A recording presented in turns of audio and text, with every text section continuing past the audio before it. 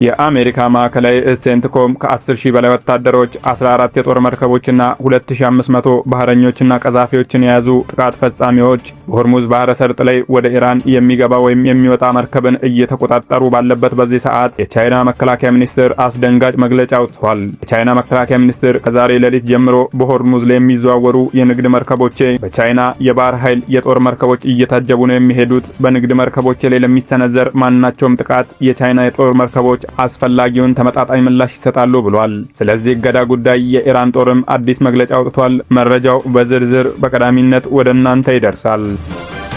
በአማራ ክልል በመንግስትና በፋኖ ኃይሎች መካከል የሚደረገው ውጊያ ቀጥሎ በሰሜን ወሎ ራያ ቆቦና አካባቢው ላይ ከሌሊቱ 11 ሰዓት ተኩል እስከ ምሽት ድረስ የቀጠለ ውጊያ የተደረገ ሲሆን ውጊያው ከመንግስትና ከፋኖ ኃይሎችን በተጨማሪ ህወሓት ለሁለት የተከፈሉ ታጣቂዎችም በፋኖ ኃይሎችና በመንግስት ኃይሎች በኩል ተሰልፈው ጠንካራ ውጊያ አድርገዋል ተብሏል። ይህም ወደ እናንተ ይደርሳል። የትግራይ ጊዜያዊ አስተዳደር ፕሬዝዳንት ሌተናል ጀነራል ታደሰ ወረደ ከስልጣን እንዲለቁ በተደጋጋሚ የሚቀርቡ ጥያቄዎችን አልቀበልም ሲሉ አቋማቸውን አስታወቁ።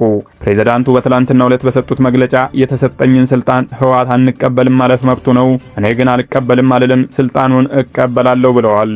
ይህንንም ታደምጡታላችሁ። ኢህአፓ ለሚያዝያ 30 የጠራውን ሰልፍ ለማካሄድ አሁንም ቁርጠኛ መሆኑን ገልጾ በተመሳሳይ ኢህአፓን ጨምሮ 4 ፓርቲዎችን ያጣመረውን ትብብር ለኢትዮጵያ የተሰኘው ቅንጅት በአርቲስት ቴዎድሮስ ካሳሁን ቴዲ አፍሮ ላይ የተጣለውን ጋዜጣዊ መግለጫ ክልከላ እንደሚያወግዝ ገልጿል። በዝርዝር ታደምጡታላችሁ። የማለዳ ግሎባል ቤተሰቦች ዋና ዋና መረጃዎቹን በዝርዝር አጠናክረን ይዘን ቀርበናል። ለቻናላችን አዲስ ከሆናችሁ ቻናላችንን ሰብስክራይብ አድርጋችሁ የደውል ምልክቷን መጫን አትዘንጉ። ሰናይ ቆይታ። የኢራን ጦር አሜሪካ በኢራን ላይ የጣለችውን የባህር ላይ እገዳ ከቀጠለ በቀይ ባህር፣ በፋርስ ባህረ ሰላጤና በኦማን ባህር ላይ የሚደረጉ ማናቸውንም የንግድ እንቅስቃሴዎች ሙሉ በሙሉ እንደሚያግድ አስጠነቀቀ። የኢራን ወታደራዊ ማዕከላዊ ዕዝ ኃላፊ አሊ አብዱላሂ እንደተናገሩት አሜሪካ በኢራን የንግድና የነዳጅ ጫኝ መርከቦች ላይ የምታደርገውን ወከባና እገዳ ካላቆመች የኢራን ጦር ማናቸውንም ምርቶች ወደ ቀጠናው እንዳይገቡም ይከለክላል ብለዋል። ኢራን የአሜሪካን እርምጃ በቅርቡ የተደረሰውን ጊዜያዊ የተኩስ አቁም ስምምነት ለመጣስ እንደ ቅድመ ሁኔታ እንደምትቆጥረውም ገልጿል። እስካሁን ባለው መረጃ የአሜሪካ ባህር ኃይል ቢያንስ 8 ከኢራን ጋር ግንኙነት ያላቸውን የነዳጅ ጫኝ መርከቦች ጉዟቸውን እንዲያቋርጡ አድርጓል ተብሏል። በተመሳሳይ የአሜሪካ ጦር ማዕከላዊ ዕዝ በሆርሙዝ ሰርጥ ላይ ጥብቅ የባህር ላይ ቁጥጥር ማድረጉን ተከትሎ ከቻይና ጋር ከባድ ፍጥጫ ውስጥ መግባቱም ተሰምቷል። ቻይናም ከዛሬ ሌሊት ጀምሮ በሆርሙዝ ባህረ ሰልጥ ላይ የሚዘዋወሩ የንግድ መርከቦቼ በሙሉ በቻይና የባህር ኃይል ጦር መርከቦች እየታጀቡ ነው የሚሄዱት። በንግድ መርከቦቹ ላይ ለሚሰነዘር ማናቸውም ጥቃት የቻይና የጦር መርከቦች አስፈላጊ ተመጣጣኝ ምላሽ ይሰጣሉ ብለዋል። የአሜሪካ ማዕከላዊ ዕዝ ሴንትኮም ከ10,000 በላይ ወታደሮች፣ በርካታ የጦር መርከቦችና አውሮፕላኖች፣ ዩኤስኤስ አብርሃም ሊንከን አውሮፕላን ተሸካሚ መርከብ እንዲሁም 2500 ባህረኞችና ቀዛፊዎችን የያዙ ጥቃት ፈጻሚዎችን በሆርሙዝ ሰርጥ ላይ አሰማርተዋል።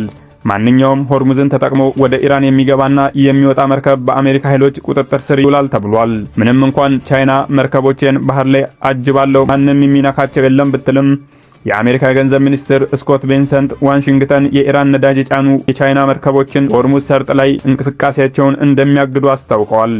ቢቢሲ ባወጣው መረጃ ቻይና አሜሪካ በሆርሙዝ ሰርጥ ላይ የወሰደችውን እርምጃ ብትኮንንም በዚህ ወቅት ከአሜሪካ ጋር ቀጥተኛ ግጭት ውስጥ መግባት አትፈልግም ብለዋል። በዚህ ወቅት የቻይና ባለስልጣናት ኢራን ዳግም ወደ ድርድር ጠረጴዛው እንድትመለስ እየጎተጎቱ መሆኑንም ተመላክቷል። ነገር ግን ኢራን በፕሬዝዳንት መሱድ ፔዜሽኪያን በኩል ለአሜሪካ ማንኛውም እርምጃ እንደማትንበረከክ አሳውቃለች። የኢራኑ ፕሬዝዳንት መሱድ ፔዜሽኪያን ሀገራቸው ለማንኛውም ኃይል እጅ እንደማትሰጥ አረጋግጠው ኢራንን በማስገደድ ለማንበረከክ የሚደረግ ማንኛውም ሙከራ ውጤቱ ውድቀት ብቻ ይሆናል ሲሉ አስጠንቅቀዋል። በሌላ በኩል የአሜሪካው ፕሬዝዳንት ዶናልድ ትራምፕ ለኢራን የሰጡትን የተኩስ አቁም ቀነ ገደብ ለማራዘም ፍላጎት እንደሌላቸው አስታውቀዋል። ትራምፕ የሰሜን አትላንቲክ የጦር ቃል ኪዳን ድርጅት ኔቶ በሆርሙዝ ወሽመጥ ላይ አሜሪካን ባለመደገፉም ዳግም ወቀሳ አቅርበዋል። በአማራ ክልል በመንግስትና በፋኖ ኃይሎች መካከል የሚደረገው ውጊያ ተጠናክሮ ቀጥሏል። የፋኖ ኃይሎች ጠንካራ ይዞታ ነው በሚባልበት ሰሜን ወሎ ራያ ቆቦ ቀጠና ሰፊ አካባቢ የሸፈነ ውጊያ ተደርጓል።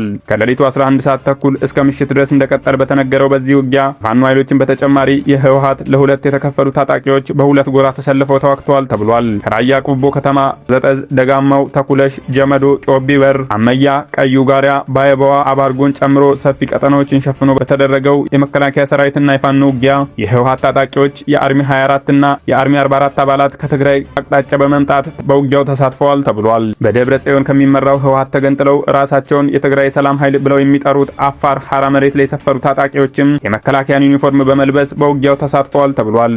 በዚህ ውጊያ የመንግስት ኃይሎች በዋናነት መከላከያ፣ የክልሉ አድማ ብተና፣ የፌዴራል ፖሊስ ሚሊሻን ጨምሮ የፋኖ ኃይሎች ላይ የተጠናከረ ዘመቻ ቢከፍቱም የፋኖ ኃይሎች አሁን በዚህ ሰዓት ከመከላከል ወደ ማጥቃት ገብተው ራያ ቆቦ ከተማን በከፊል ከተማዋን እንደተቆጣጠሩ ተገልጿል። የተጠናከረውን ውጊያ ተከትሎ መንግስት 5 ቦታዎች ላይ የድሮን ጥቃት መፈጸሙ ሲነገር፣ ነገር ግን ስለደረሰው ጉዳት የታወቀ መረጃ የለም። በሁለቱ ኃይሎች መካከል በአርጎ ጮቢበር፣ አመያ አካባቢዎች የጨበጣና የእጅ በእጅ ውጊያ ስለመደረጉም የመረጃ ምንጮች ገልጸዋል። በተመሳሳይ በሸዋ ቀጠና መነሻውን ደብረ ብርሃን ከጉንዶ በረት ከቀየት ከተማ ያደረጉ የመንግስት ኃይሎች በተጉለትና ቡልጋ አውራጃ ስር በሚገኘው ወደ ባሶና ወረዳ ምርጫ ካርድ ለማሰራጨት ከንጋቱ 12 ሰዓት በጉዞ ላይ ያሉ ፋኖ ኃይሎች በተፈጸመባቸው የደፈጣ ጥቃት በርካታ የመንግስት ሰራዊት መገደሉ ተሰምቷል። ከጥቂት ሰዓታት ውጊያ በኋላ የደፈጣ ጥቃት የተጀመረው ውጊያ ወደ ጨበጣ ውጊያ ተቀይሮ የመንግስት ቀይ ቦኔት ለባሽ ኮማንዶች ላይ በደረሰ ጉዳት 2 አምቡላንሶች የሰራዊቱን አስክሬንና ቁስለኛ ወደ ደብረ ብርሃን ከተማ ሲያመላልሱ ታይተዋል ተብሏል። ይህ ዜና እስከተጠናከረበት እኩለ ቀን ድረስ በአይዞሽ አማራና አካባቢው አድማሱን ያሰፋው ውጊያ ተጠናክሮ መቀጠሉ የተገለጸ ሲሆን የሞርተርና የቅንቡላ ተኩስ ይሰማል ተብሏል።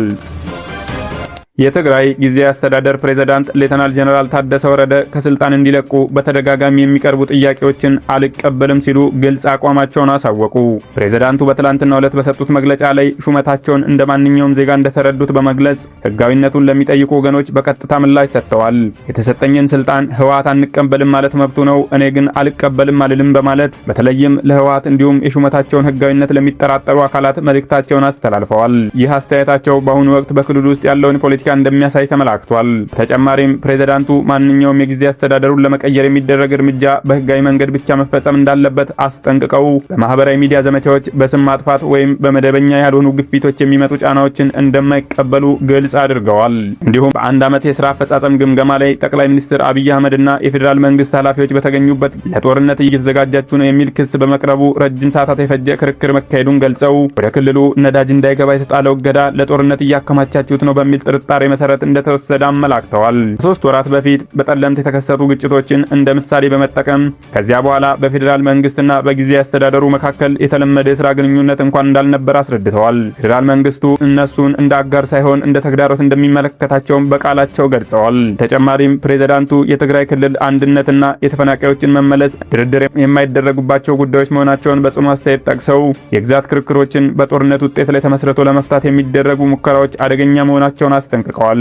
በሌላ በኩል የህዝባዊ ወያኔ ሓርነት ትግራይ ህወሓት ቀደም ሲል የጊዜያዊ አስተዳደሩን የስልጣን ዘመን በአንድ ዓመት መራዘሙን በግልጽ ቃል መቃወሙ ይታወሳል።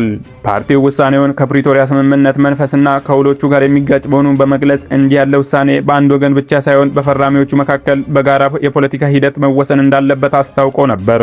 በተቃራኒው የጠቅላይ ሚኒስትር አብይ አህመድ ጽህፈት ቤት ውሳኔው ህጋዊ መሆኑን ገልጾ ለቢቢሲ በሰጠው አስተያየት የሌተናል ጀነራል ታደሰ ወረደ የስልጣን ጊዜ መራዘም ከሰላም ስምምነቱ በኋላ በተፈጠሩ ህጋዊ መዋቅሮች ላይ የተመሰረተ መሆኑን አስረድቷል። ይህ ጉዳይ በአሁኑ ወቅት በትግራይና በፌዴራል ደረጃ የፖለቲካና የዲፕሎማሲ ውይይቶችን እያበረታታ ሲሆን ቀጣይ እርምጃዎች በህጋዊና በውይይት መንገድ እንዲፈቱ የሚጠበቅ ሁኔታ መሆኑ ተመላክቷል።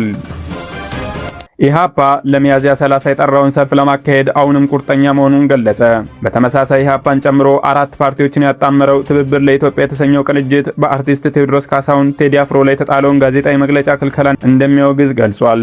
ድርጅቱ ዛሬ ባወጣው ይፋዊ መግለጫ ሐሳብን በነጻነት መግለጽ ከማንም የሚሰጥ ችሮታ ሳይሆን የማይገረሰስ የሰው ልጆች ተፈጥሯዊ መብት ነው ብሏል። ድምጻዊ ቴዎድሮስ ካሳሁን ሊሰጠው የነበረውን መግለጫ ስለመታገዱ በይፋዊ ደብዳቤ የተገለጸ ነገር ባይኖርም የስርዓቱ ባለስልጣናት የሚያሳዩት የቃላት ጥቃትና ዘለፋ በእጅ አዙር የተፈጸመ እገዳ መኖሩን እንደሚያመላክት መግለጫው ያስረዳል። ይህንን የአርቲስቱን ጉዳይ በተመለከተ የብልጽግና ፓርቲ የወጣቶች ሊግ ምክትል ፕሬዝዳንትና የፓርቲው ዋና ጽህፈት ቤት የህዝብና የዓለም አቀፍ ግንኙነት ሚኒስትር ዴኤታ ወይዘሮ ፈዲላ ቢያ ከ50 በላይ ተቃዋሚ ፓርቲ በሚንቀሳቀስበት ሀገር የአንድ ዘፋኝን ጉርጉሮ የሚታገድበት አግባብ የለም በማለት የቴዲ አፍሮን የታገደ ጋዜጣዊ መግለጫ የለም፣ እገፋለሁ፣ እፈራለሁ የሚለው የራስ ግምትና የበሬ ወለደ ፈጠራ ነው ብለዋል። የኢትዮሪካ አልበም ብቸኛ ሚዲያ አጋር የነበረው አርትስ ቲቪ ስምምነቱን በይፋ ገልጾ የነበረ ቢሆንም ከደቂቃዎች በኋላ ግን መረጃውን ከገጹ ላይ ለማጥፋት ተገዷል። የደረሱ መረጃዎች እንደሚያመላክቱት ከመንግስት አካላት በተላለፈ ጥብቅ ትዕዛዝ ምክንያት የቀጥታ ስርጭቱ እንዲቋረጥ ተደርጓል የሚል ነው። ሚኒስትሯ በልጥፋቸው ይህንን ያልተቀበሉ ሲሆን ጡዘት ካልተፈጠረ ዘፈን ሽጦ ማደር አይቻልም በማለት ጠይቀው የብልጽግና መንግስት ለተራ አጀንዳዎች ቦታ የለውም ብለዋል። ስለዚህ ጉዳይ በመግለጫው መልእክት ያስተላለፈው ትብብሩ ይህን መሰል ቀጥተኛና ቀጥተኛ ያልሆኑ አፈናዎች ለሌላ ቀውስ በር ከፋችና ገፊ ምክንያቶች ናቸው ብሎ እንደሚወስድ ገልጿል። በመሰል አፈናዎችና እስሮች የዲሞክራሲያዊ መብት ነፈጋዎች ነገሩን እንደሚያባብሱት ገልጾ የትብብሩ አካል የሆነው ኢህአፓም ሰልፍ ለማድረግ እየተዘጋጀ እንደሆነ አስረድቷል። አሁን ላይ ስልጣን ላይ የሚገኘው መንግስት የተቃውሞ ሰላማዊ ሰልፍ ተደርጎ እንደማያውቅ የጠቀሰው ፓርቲው ከዚህ ቀደም ሰልፍ ለማከናወን ተሞክሮ መጨረሻው አዋሽ አርባ እንደነበር አስታውሷል። ከዚህ ቀደም ሰላማዊ ሰልፍ ጠርተን አዋሽ አርባ ነበር ፍጻሜያችን፣ ብዙ እንግልት ደርሶብናል፣ አሁንም ያንን ፈርተን አናቆምም ሲል ሰልፉን እናደርጋለን ብሏል። የማለዳ ግሎባል ቤተሰቦች መረጃዎቻችን ይህንን ይመስሉ ነበረ። ለቻናላችን አዲስ ከሆናችሁ ቻናሉን ሰብስክራይብ አድርጋችሁ የደወል ምልክቷን መጫናት ዘንጉ። ቸርን ሰንብት።